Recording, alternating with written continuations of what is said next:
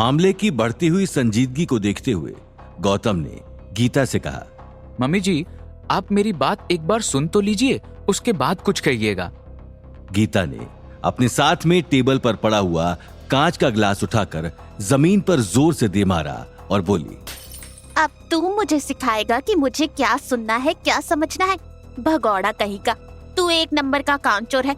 अवनी, मैंने तेरे से कहा था ना कि इस निकम्मे से ज्यादा नजदीकियां बढ़ाने की जरूरत नहीं है। एक दिन आएगा जब ये तेरे ही सिर पर खड़ा होकर नाचेगा। गीता की बातें न केवल गौतम को बल्कि अवनी को भी काफी परेशान कर रही थी। तभी कमरे से अनिल बाहर आया और उसने गीता पर चीखते हुए कहा, ये क्या हल्ला मचाया हुआ है तुमने? क्या हल्ला मचाया हुआ है? तुम्हारा ये नाकारा दामाद आया है तो हल्ला तो होना ही है ना। अनिल की नजर गौतम पर पड़ी और उसने उसकी तरफ देखकर मुस्कुराते हुए कहा, अरे गौतम, तुम आ गए बेटा, शुक्र है, वरना ये 2 दिन हम बाप बेटी ने किस तरह काटे हैं ये हम ही जानते हैं। हाँ हाँ, अच्छे से शिकायतें लगाओ अपने दामाद को मेरी। हल्ला तो सिर्फ मैंने किया हुआ है ना, तूफान तो मैंने ही घर में उठाया हुआ था ना। तुम बाप बेटी तो बहुत दूध के धुले हो, है ना? बट मॉम, चुप, कुछ नहीं। एक तो तू मेरे से ना तमीज से बात किया कर। पता नहीं किन जाहिल और गवारों के बीच रह रही है कि अपनी माँ से बात करने तक की तमीज भूल गई है। ऐसा कहते वक्त गीता गौतम की तरफ देख रही थी। अवनी को पता था कि गीता इतनी आसानी से मानने वालों में से नहीं है, इसलिए उसने गीता से बात करते हुए घूमना शुरू कर दिया और गीता भी अवनी को खरी खोटी सुनाते हुए घूमने लगी। इस तरह गीता की पीठ गौतम के मुंह के आगे थी और इसी का फायदा उठाते हुए अवनी ने गौतम को इशारा किया, जो इस वक्त गीता के पीछे की तरफ आ गया था। और अवनी का इशारा देखकर गौतम समझ गया और वो सीधा रूम की तरफ भाग गया, क्योंकि गौतम के लिए गीता एक ऐसी मुसीबत थी जिसका सामना करने से बेहतर अवॉइड करना ज्यादा समझदारी का काम लगता था। इस दौरान गीता अवनी से बहस में उलझी हुई थी। अपनी बात खत्म करते वक्त गीता बोली, सुन रहा है मिस्टर निखट्टू जमाई राजा, चल लग जा काम पर। गीता की इस बात पर गौतम का कोई जवाब नहीं आया, इसलिए वो उसे देखने के लिए पीछे मुड़ी, लेकिन गौतम वहां पर था ही नहीं। तभी गीता चिल्लाकर उसके पीछे भागने लगी। फिर भाग गया तू? अरे कितना भागेगा, भाग भाग कर थका नहीं क्या? भागना ही था तो वापस क्यों आया? रुक, मैं तुझे अभी बताती हूँ। गीता बड़बड़ाते हुए ऊपर अवनी और गौतम के कमरे की तरफ जा रही थी कि तभी अवनी ने गीता को पकड़ा और प्यार से उसे सोफे की तरफ लेकर आई। मॉम प्लीज, अब देखिए ना, इतना लेट हो गया है, क्यों तंग कर रही है बेचारे को? सुबह उठकर वो सारा काम कर देगा, मैं कह रही हूँ ना आपसे। अनिल ने अवनी का साथ देते हुए कहा, अवनी बिल्कुल ठीक कह रही है गीता, इंसानों के साथ जानवरों की तरह बर्ताव मत किया करो। मैं अंदर जा रहा हूं, तुम भी फौरन सोने के लिए आ जाओ, बहुत हो गया आज का तमाशा।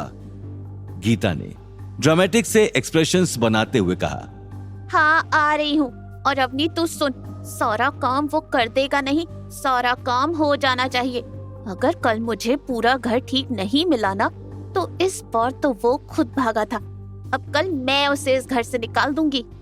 अवनी ने गीता को शांत करने के लिए थोड़ी मस्ती में कहा, thank you my sweet mummy, अब बहुत प्यारी है। पक्का गौतम कल सारा काम कर देगा। अब मैं जाऊं सोने? ऐसा कहकर अवनी गीता से गले मिलकर फौरन ऊपर अपने कमरे की तरफ भाग गई। कमरे में जाते ही गौतम उसे दिखाई दिया, जो वहां पर इधर से उधर चक्कर लगा रहा था। अवनी ने कहा, मिस्टर गौतम, अब आप अपने घर आ चुके हैं। कल सुबह दोबारा से अपनी ड्यूटी शुरू करनी है, तो अभी आराम कर लीजिए। अवनी की बात सुनने के बाद गौतम अपना गद्दा जमीन पर बिछा रहा था कि तभी अवनी उसके नजदीक गई। उसने गौतम का बिछाया हुआ गद्दा फोल्ड करके साइड में रख दिया। अवनी, क्या कर रही हो? गद्दा हटा रही हूँ, देख नहीं सकते? ऐसा कहते हुए अवनी मुस्कुरा रही थी। तभी उसने अपनी आंखों से बेड की तरफ इशारा करते हुए कहा, जाओ सो जाओ, पूरा खाली है। अवनी के इन इशारों से और उसकी बातें सुनकर गौतम के दिल की धड़कनें काफी तेज हो गईं। मैं इतना परेशान हो गया था 2 दिन घर से दूर रहने पर, लेकिन अवनी ने मेरा कितना साथ दिया है। मुझे अवनी को सब सच बताना चाहिए। मैं श्योर हूं कि अब अवनी मुझे समझने लगी है। मैं अगर उसे अपनी कहानी बताऊंगा तो वो जरूर समझ जाएगी। ऐसा सोचते हुए गौतम ने अवनी के करीब उसे अपनी सच्चाई बताने के लिए मुंह ही खोला था कि अवनी ने कहा, वैसे गौतम, ये मत सोचो कि जमीन से बेड तक पहुंचना तुम्हारा रिवॉर्ड है मुझसे बातें छुपाने के लिए। मुझे झूठ बिल्कुल पसंद नहीं है। जब दादाजी के कहने पर मैंने तुमसे शादी की थी, मुझे सिर्फ एक चीज की खुशी थी कि तुम एक आम आदमी हो, किसी बड़े खानदान के इकलौते वारिस नहीं। क्योंकि मैं किसी बड़े घर से अपना नाम जोड़कर अपनी पहचान नहीं खोना चाहती, वरना मॉम के एम्बिशंस को मैं किसी अमीर से शादी करके कब का पूरा करती।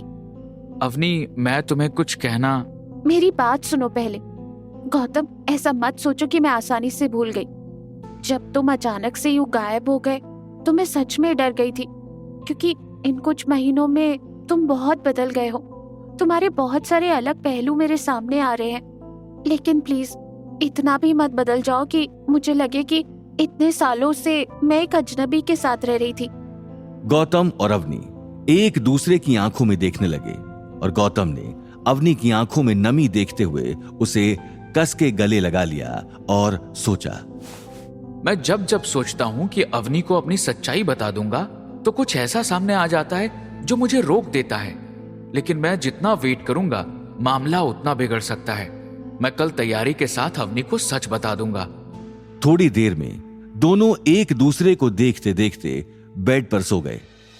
अब अगले दिन सुबह के 6 बजे गीता की आवाज आने लगी। ओए गौतम, कितनी देर सोएगा? चल बाहर निकल अपने बिल से, सारा काम कर, बर्तन पड़े हैं और मुझे नाश्ता भी तो बनाकर देना है। गीता इतनी जोरों से चिल्लाई जा रही थी कि गौतम की आंखें खुल गईं और जब उसने घड़ी में टाइम देखा तो 6 बजे हुए थे। गौतम ने मन ही मन कहा, चलो भैया गौतम, दोबारा से वही ड्रामा शुरू होने वाला है, लग जाओ अपने काम पर। गौतम उठ ही रहा था कि तभी अवनी ने उसका हाथ पकड़ते हुए कहा, कहाँ जा रहे हो गौतम? टेंशन मत लो अवनी, घर में ही हूँ। लगता है मम्मी जी को मुझसे कुछ काम है। ऐसा कहकर गौतम मुस्कुराने लगा और हाथ मुंह धोकर नीचे चला गया। गौतम को नीचे आया हुआ देखकर गीता ने कहा, आ गए शहजादे, नींद पूरी हो गई है तुम्हारी। गौतम ने मुस्कुराकर गीता के पैर छुए, लेकिन गीता ने हमेशा की तरह अपने पैर झटक दिए। ये मेरे सामने ज्यादा संस्कारी बनने का नाटक करने की जरूरत नहीं है, समझ में आया? जा जाकर बर्तन धो और आज नाश्ते में मेरे लिए पोहा बना। गौतम को बर्तन धोते और झाड़ू पोंछा करते हुए 1.5 घंटा बीत चुका था और तभी अवनी नीचे आई और गौतम को पसीने से भीगा हुआ देखकर उसने कहा, गौतम, ये क्या? तुम 6 बजे से यही सब करे जा रहे हो? तभी उसकी नजर गीता पर गई जो टीवी पर सीरियल देख रही थी। मॉम, ये सब क्या है? इतनी सुबह सुबह ये सास बहू के ड्रामे लगाकर क्यों बैठी हो? और ये बेचारे गौतम की आपने क्या हालत कर दी है? अभी वो आया है, अचानक से उस पर आपने कोलू के बैल की तरह सारा का सारा काम थोप दिया है। तो क्या तेरे पति की आरती उतारूं? अरे अगर काम काजी बंदा होता तो ऑफिस जाता, जैसे अब तू जा रही है। अब जो काम इसका है वो तो ये करेगा ही ना। चल मेरे मुंह मत लग, नाश्ता कर और जा ऑफिस। गौतम, तुम चिंता मत करना, आज मैं कोशिश करूंगी कि काम जल्दी खत्म हो जाए, फिर हम लोग साथ में मिलकर थोड़ा टाइम स्पेंड कर लेंगे। तुम मुझे दोपहर तक लेने आ जाना। चलो मैं तुम्हें छोड़ देता हूँ। गौतम अवनी के साथ जाने ही लगा कि तभी गीता ने उसे पीछे से आवाज मारते हुए कहा, कहाँ जा रहा है तू? चुपचाप घर का काम कर, बहुत काम बचा हुआ है, ये सैर सपाटे का वक्त नहीं है। मॉम, वो मुझे हमेशा की तरह छोड़ने के लिए जा रहा है। क्यों? तू कोई छोटी दूध पीती बच्ची है कि खुद ऑफिस नहीं जा सकती? चल जा और जाकर फोन कर दियो। गौतम, तुम आ जाना दोपहर को, मैं जल्दी फ्री हो जाऊंगी। हाँ अवनी, मुझे भी तुम्हें कुछ बताना है। मम्मी जी को मैनेज करके मैं आ जाऊंगा। अवनी ऑफिस चली गई और गौतम घर का काम करने के साथ साथ ये प्लान कर रहा था कि वो अवनी को अपना सच कैसे बताएगा। बस अब कुछ और ना हो जाए जो इस मैटर को बिगाड़ सके। गौतम ऐसा सोच ही रहा था कि तभी जैसे ही अवनी ऑफिस पहुंची, उसकी असिस्टेंट आई और उसने कहा, गुड मॉर्निंग मैम, आपसे मिलने के लिए एक मैडम आई हैं, उनका नाम है याशी। मैं उनको आपसे मिलने के लिए भेज दूं? याशी नाम तो सुना सा लग रहा है। ओके, उन्हें अंदर भेज दो।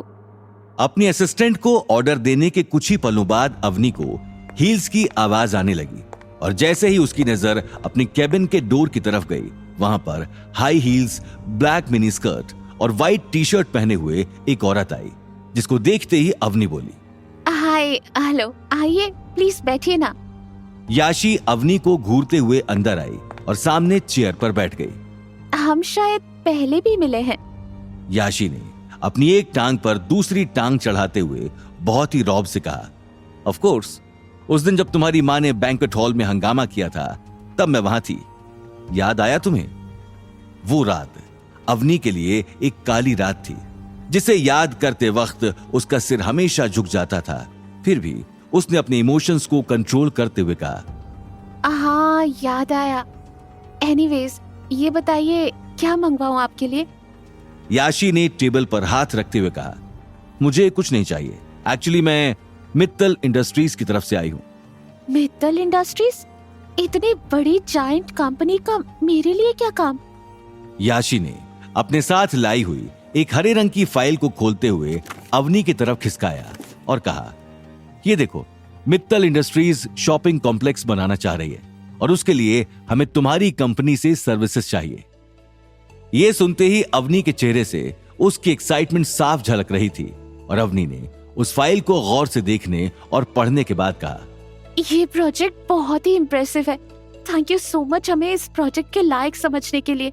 हम आपको लेट डाउन नहीं करेंगे। थोड़ा और डिटेल्स बता सकती हैं आप? डेडलाइन? लगता है तुम बहुत इम्पल्सिव हो। अभी तक ये प्रोजेक्ट तुम्हें मिला नहीं है, लेकिन मिल सकता है अगर तुम एक कंडीशन मानो तो। कंडीशन? कैसी कंडीशन? अवनी की जान इस बात में अटकी हुई थी कि अब याशी कौन सी कंडीशन उसके सामने रखेगी, लेकिन वहीं उसने ये भी तय कर लिया था कि याशी जो भी कंडीशन रखेगी वो उसे जरूर मान जाएगी। बताइए ना, क्या कंडीशन है? याशी ने अवनी के आगे से वो फाइल अपनी तरफ की और उसे बंद किया। उसने अवनी की आंखों में देखते हुए कहा, अवनी, कंडीशन ये है कि तुम पब्लिकली अपने पति के साथ घूमोगी फिरोगी नहीं। ये सुनते ही अवनी के चेहरे पर जो एक्साइटमेंट थी वो गायब हो गई और वो कंफ्यूज थी। Excuse me, what do you mean कि पति के साथ पब्लिकली नहीं घूमूंगी? मेरे पति के साथ मेरा जो भी मैटर है दैट्स प्राइवेट। आप कौन होती है हमारी प्राइवेसी में दखल देने वाली?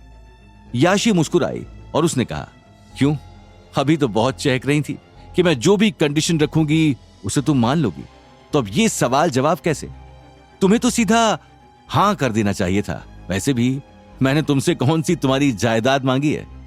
नहीं, पहले आप मुझे बताइए कि आपको मेरे पति को इस मामले में लाने की क्या जरूरत है? वो बीच में कैसे आ सकते हैं? याशी ने अवनी को फाइल दिखाते हुए कहा, गौर से देख लो इस नाम को, मित्तल इंडस्ट्रीज। ये कोई छोटी मोटी बात नहीं है। तुमने अगर ये कंडीशन मान ली देन प्रोजेक्ट तुम्हारा हुआ, उसके बाद तुम पैसों में खेलोगी।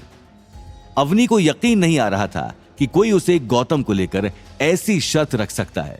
वहीं गौतम अवनी को सारा सच बताने के लिए अवनी के ऑफिस आ रहा था। अब क्या होगा? याशी के दिए हुए इस ऑफर का अवनी पर क्या प्रभाव पड़ेगा? क्या वो अपनी कंपनी के फ्यूचर के चक्कर में गौतम के साथ बाहर आना जाना छोड़ देगी? क्या ये सब दीपशिखा ने याशी से करने के लिए कहा था? और जब गौतम को ये सब बातें पता चलेंगी तब क्या वो अपना गुस्सा कंट्रोल कर पाएगा? और अगर ऐसा नहीं हुआ तो कहीं दीपशिखा और गौतम की असलियत अवनी के सामने तो नहीं आ जाएगी? जानने के लिए सुनते रहिए रॉयल घर जमाई।